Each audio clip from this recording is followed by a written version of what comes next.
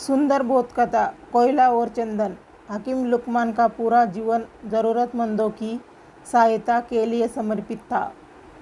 जब उनका अंतिम समय नज़दीक आया तो उन्होंने अपने बेटे को बुलाया और कहा, बेटा, मैंने अपना सारा जीवन दुनिया को शिक्षा देने में गुजार दिया।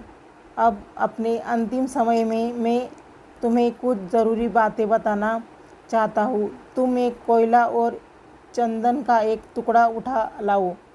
बेटे को पहले तो ये अटपटा लगा, लेकिन उसने सोचा कि जब पिता का हुक्म है तो यह सब लाना ही होगा।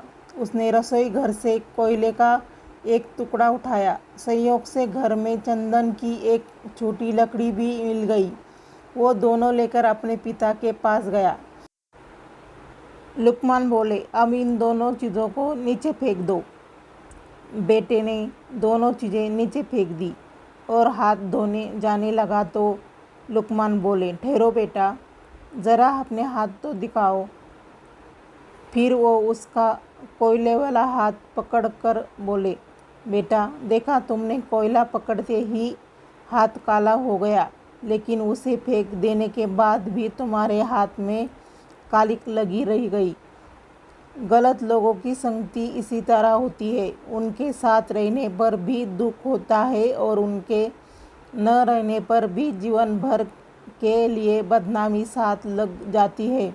दूसरी ओर सज्जनों का संग इस चंदन की लकड़ी की तरह है, जो साथ रहने तो दुनिया भर का ज्ञान मिलता है और उनका साथ छूटने पर भी उनके विचारों की महक जीवन भर साथ रहती है। इसीलिए हमेशा अच्छे लोगों की संगति में ही रहना। तुम्हारा जीवन सुखद रहेगा। धन्यवाद।